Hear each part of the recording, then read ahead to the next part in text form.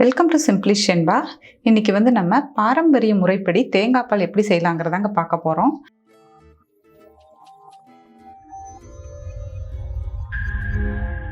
இந்த தேங்காய் பால் பார்த்திங்கன்னா நெஞ்சு சளி இருமலுக்கு எல்லாமே நல்லாவே கேட்கும்.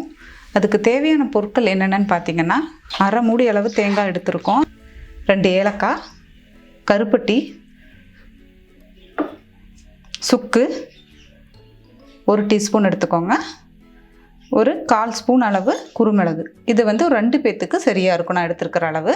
கருப்பட்டி பார்த்திங்கன்னா ஒரு 3லேருந்து 4 ஸ்பூன் எடுத்துக்கலாங்க. ஏன்னா இது இனிப்பு நமக்கு கம்மியாக தான் கொடுக்கும். ஒயிட் சுகர்னால் நல்லா இனிப்பு கொடுக்கும். அதுக்காக உங்களுக்கு வேணும்னா இன்னும் கூட எடுத்துக்கலாம், நல்லா இனிப்பாக இருக்கும். ஃபஸ்ட்டு நம்ம தேங்காய் அரைச்சி எடுத்துக்கலாம்.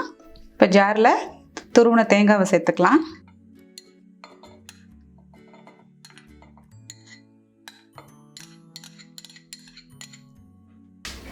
இப்போ அது கூடவே குருமிளகு சேர்த்துக்கலாம், 2 ஏலக்காய். இப்போ குருமிளகு நீங்கள் பொடியாக வச்சுருந்தாலே நம்ம காய்ச்சும் போது கூட குருமிளகோ அல்லது ஏலக்காவும் பொடியாகவே கூட சேர்த்துக்கலாம். நான் இல்லாதனால இப்படி சேர்த்துருக்கேன். சுக்கு பொடியாக வச்சுருக்கிறனால இது கடைசியாக நம்ம சேர்த்துக்கலாம். இப்போ இதை நம்ம தண்ணி விட்டு நம்ம அரைச்சி எடுத்துக்கலாம். தேங்காய் நல்லா நைஸாக அரைச்சி எடுத்தாச்சுங்க. இனி நம்ம வடிகட்டிக்கலாம்.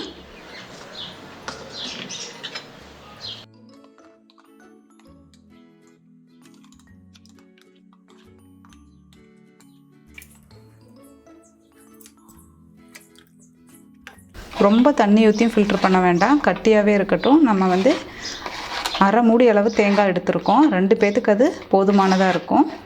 நம்ம தேங்காய் பால் நல்லா திக்காக ஃபில்ட்ரு பண்ணி எடுத்தாச்சுங்க. கருப்பட்டியில் பார்த்திங்கன்னா நான் தேங்காய் பால் அடிக்கிறதுக்கு முன்னாடியே ஒரு 1/4 டம்ளர் தண்ணி ஊற்றி வச்சுட்டேங்க. ஏன்னா அது கரையணும் இல்லையா, அதுக்காக தான். இப்போ இதை நம்ம ஃபில்ட்ரு பண்ணி அடுப்பில் வச்சுக்கலாம், கொஞ்சம் சூடு பண்ணலாம். அடுப்பில் ஒரு பாத்திரம் வச்சுருக்கேங்க. இப்போ நம்ம கருப்பட்டியை ஃபில்ட்ரு பண்ணிக்கலாம்.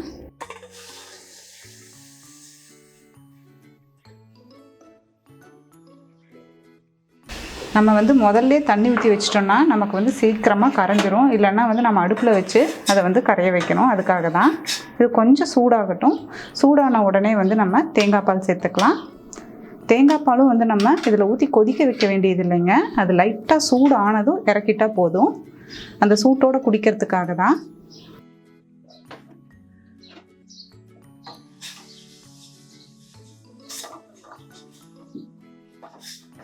கருப்பட்டி தண்ணி கொஞ்சம் சூடாயிடுச்சு.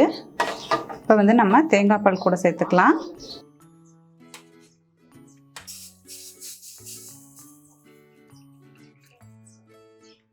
இப்போ அது கூடவே சுக்கு பொடி சேர்த்துக்கலாம்.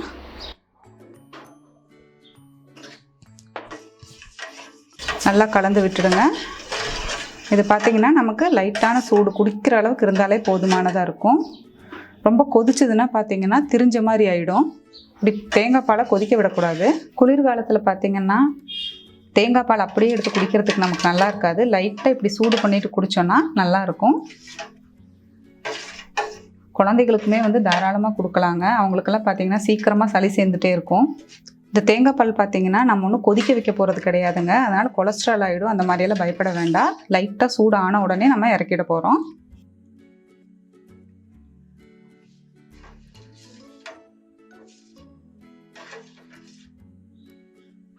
நல்லா சூடாயிருச்சுங்க. கொதிக்கிற மாதிரி ஆகும்போது நம்ம இனி இதை ஆஃப் பண்ணிடலாம். கொஞ்சம் சூட்டோடு குடிக்கும்போது தான் நல்லாயிருக்கும். சுக்கு மணத்தோடு ரொம்ப நல்லாயிருக்கு.